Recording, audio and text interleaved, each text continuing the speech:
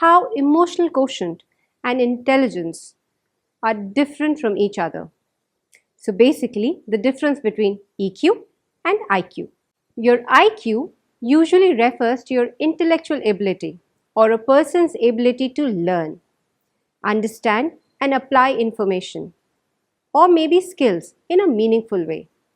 Some of the most common elements of IQ include ability to use logic to solve problems, plan, strategize, understand abstract ideas, learn and adapt to change, grasp and use language. Emotional quotient, on the other hand, generally refers to the ability to sense, recognize emotions in ourselves and in others. It refers to how one uses that awareness to guide behavior to work better as a group or a team.